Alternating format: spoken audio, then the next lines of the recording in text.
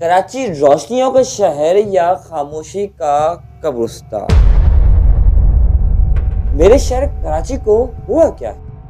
ये सवाल अब सिर्फ एक सवाल नहीं रहा, ये एक सिसकी है जो हर कराची वाले के सीने में दबी हुई है। ये वो दर्द है जो अब लफ्ज बनकर फट रहा है।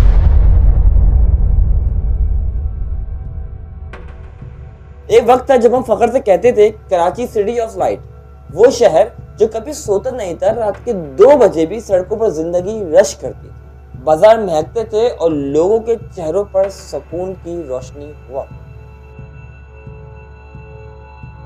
लेकिन आज रात होती है तो रोशनी नहीं, खौफ छा जाता है। हर मोड़ पर मौत खड़ी मिलती है। मोबाइल स्नैचिंग ये तो अब रोज का मामूल बन गया। हम सिर्फ अपना सामान नहीं खो रहे, हम अपना चैन खो रहे हैं। कभी कभी तो एक सस्ता सा फोन बचाने की कीमत किसी जवान के खून बन जाती है। माँ घर में मुंतजिर होती है और बाहर किसी गली में उसके बेटे का चिराग गुल हो चुका होता है। सवाल ये है कि इन खून आलूदा सड़कों का जवाब कौन देगा? सड़कों का हाल देखें, खड्डे नहीं, मौत के कुएं हैं। ट्रैफिक का अजाब ऐसा है कि इंसान सफर में नहीं, कर्ब में होता है। बिजली मांगते हैं तो अंधेरे मिलते हैं, पानी मांगते हैं तो टैंकर माफिया के हाथों हमें लूटना पड़ता है। और हद तो ये है कि अवाम ने तंग आकर खुद मेहनत की, सोलर लगवाया तो वहां भी हुकूमत की नजरे करम टैक्स की सूरत में आ गई। फिर वही खूनी टैंकर्स, ये भारी भरकम लोहे के डब्बे रोज किसी न किसी घर का चिराग बुझा देते हैं, किसी न किसी को कुचल देते हैं, किसी का सुहाग उजाड़ देते हैं, किसी का बचपन कुचल देते हैं, किसी की जवानी लूट लेते हैं तो किसी का बाप का साया सर से छीन लेते हैं। कुछ दिन शोर होता है, फिर वही न्यूज बनती है, फिर वही खामोशी छा जाती है। ऐसा क्यों होता है? क्यों किसी की जान इतनी सस्ती है इस शहर में?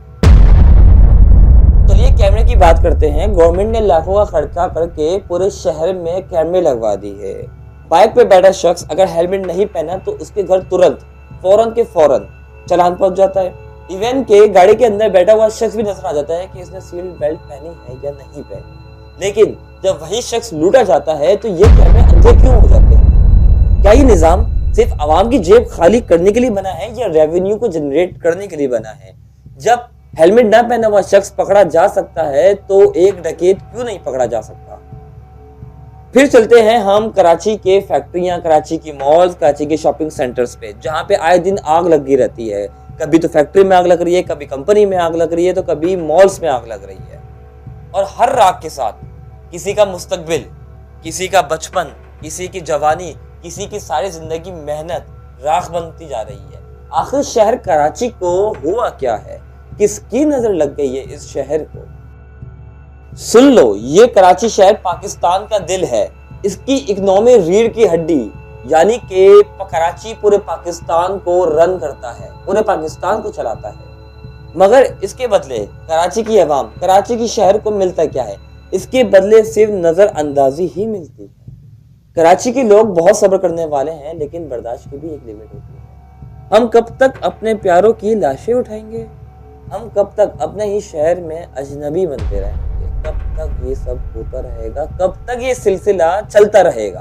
और कब तक हम डर डर के जिएंगे? कब तक हम रातों को डरते रहेंगे? कब तक ये शहर रोशनियों को नहीं, अंधेरों का शहर बना रहेगा? आखिर कब तक ये सब सिलसिला चलता रहेगा? अब सिर्फ गुजारिश नहीं, अब मुतालबा है। हमें वही सिटी ऑफ लाइट्स चाहिए। हमें डाकुओं का नहीं, हमें कानून का डर होना चाहिए। इन टैंकर्स और हैवी ट्रैफिक को लगाम लगाओ। कैमरास को चलान मशीन नहीं, हिफाजत का जरिया भी बनाओ। कराची की सड़कें वापस बनाओ। और ये एहसान नहीं है, ये हमारा हक है। कराची सिर्फ इमारतों का नाम नहीं है, ना ही बिल्डिंग का नाम है। कराची में हमारे ख्वाब बसते हैं, हमारे ख्वाब का नाम कराची है। और याद रखना, ख्वाब जब टूटते हैं ना तो उनकी किरचियां बहुत ज्यादा जोर से और बहुत गहरी चूटती है। कराची को सांस लेने दो, कराची को सुकून से जीने दो।